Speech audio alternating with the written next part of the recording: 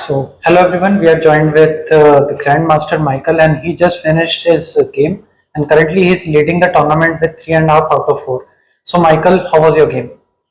No, it was actually terrible because I didn't feel well, I didn't sleep well tonight, and generally I was not in a good shape. I played very badly, and I had a completely lost position.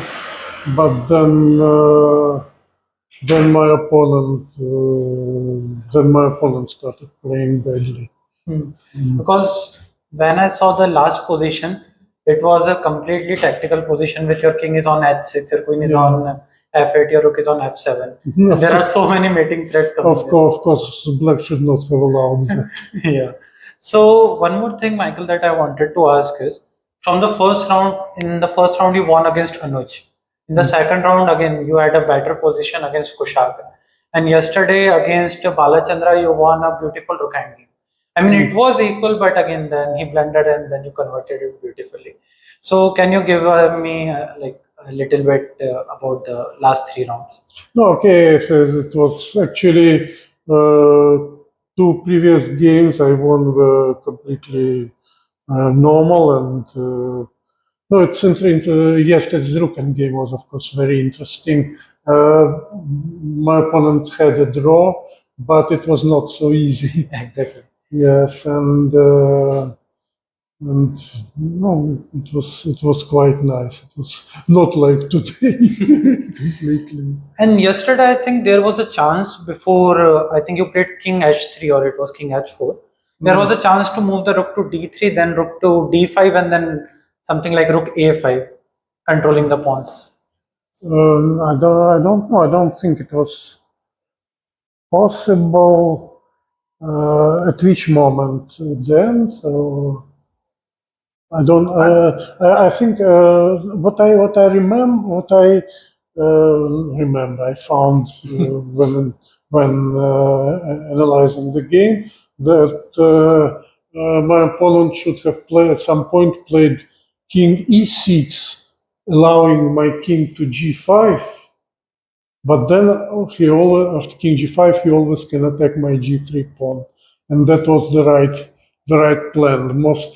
The most important thing for Black was not to allow the activation of White's rook. Yeah.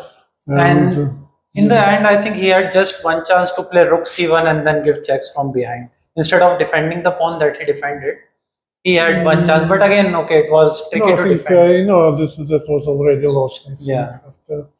After he played rook b7, he wanted to oust my king, but probably he overlooked g4. And what about the first round? Because first round that rook maneuvering, I think it was rook h4, rook h5, rook g5, something like that. You were playing. Yeah, of course. Also, the position was he should not have allowed that. Okay, he could have played more accurately, not allowing this maneuver, and then Black should not lose, of course. Okay, so apart from these games, how is your time here in Chennai? Because I think you are here in Chennai from last like 4-5 days. Okay, I have been in Chennai many times, and I think in 2022 the Chess Olympiad was in Chennai. Yeah. I was there. I was there as a fair play officer. Okay. So something completely different. Yeah, and okay, it was generally a nice city. Last time I was here, I had some sightseeing. It was this time also, I think after the tournament, you have some plans of the camp here at the Chola Chess Academy. Well, right? this will, yeah, we'll see. Yes. Okay, so Michael, as you said that you are there in 22 Olympiad as a fair play officer, but you could have also taken the part in the Olympiad, right? If I'm not wrong, because you were also one number 10 at one point. Yeah, but then when I was world number 10, I played in Olympiads. I even was a leader of the Polish team, played on board one. So how many Yes. Olympiads you played for the Polish team? Let me count. I think five. Five. From 96 till 2004. Hmm. Yes. And when was the time when you were on like the top 10 list? Yeah, it was the year 2000, but it was very, very briefly. And unfortunately, after that, I had a very bad period and I lost a lot of rating. Hmm. So one more thing, one very interesting thing that I saw when that player reveal was happening, right? On the Chola chess. In that video, you said that okay, I'm not going to make it easy for other players to score a GM now, and you are actually doing that because I mean you are on 3.5 out of 4, and No, it should be like you that. know, I think. you know, if a guy wants to make a GM norms, he should beat GMs. So okay, let him beat us. That's really nice because that's competitiveness that we need. Because that's the whole idea behind this Chola chess tournaments. In the last event, also there was no norm scored because I think Alisher Suleimanov he won the tournament. So this time also, I think okay, you are making it tough for the Indian guys, but let's see if they can. But generally, I see that a lot of Indian players score GM norms in open tournaments mostly. So even now, I think there was yesterday some open tournament ended in which an Indian player scored the GM norm. I forgot his name. It was, I think, in where was it? Mohammad Imran. In maybe in Teplice in the Czech Republic. I forgot. Okay, it doesn't matter. Yeah, because recently the recent news is India got its latest international master, and it's from the northeast. Yeah. So I think you have a lot of good players. You have a boom, you can say. Yes.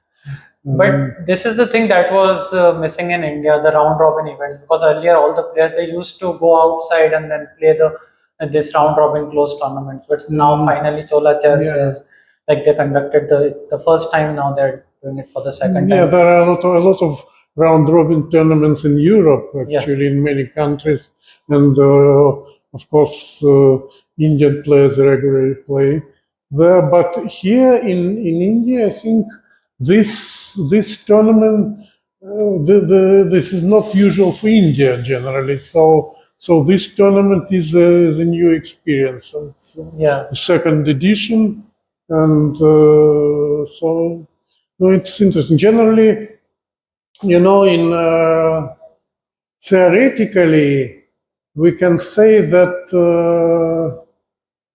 in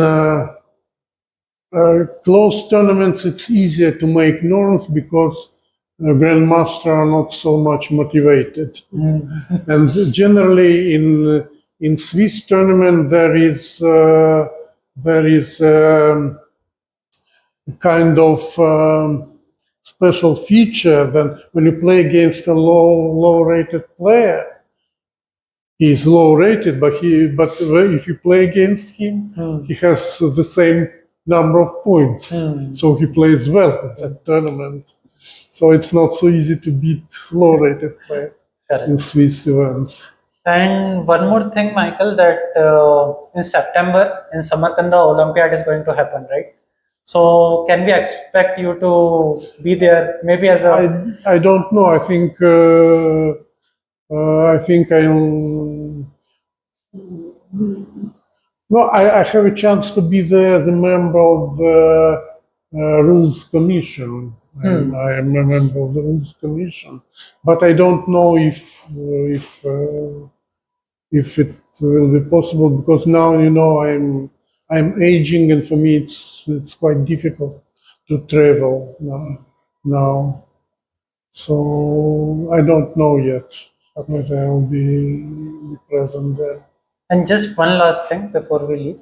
About today's game, can you just tell me the moment where you thought, because okay, it was a bad position for you, you already told us. But what was the moment, what was the critical moment when you thought that, okay, finally my opponent made a mistake and I can do something?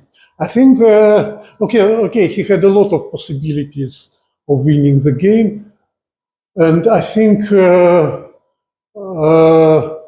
the moment when he started going wrong was at some moment he gave a discovered check, knight b4 check. Instead of that, he would have played knight e7 check, eliminating my pawn on f5 and keeping 2 extra pawns, and then the position would have been easily winning, I think. Okay, so thanks for your time, Michael. And again, it was a great checkmate. The last move, I think it was Queen G7, where he resigned. Yeah, no. Okay. When a queen can make a lot Yeah, of things. He could have played like 2 more moves, because then there is a checkmate over the board, right? Yeah. But okay, a great game, and congratulations for your victory, and all the best for your next. Okay. Thank you.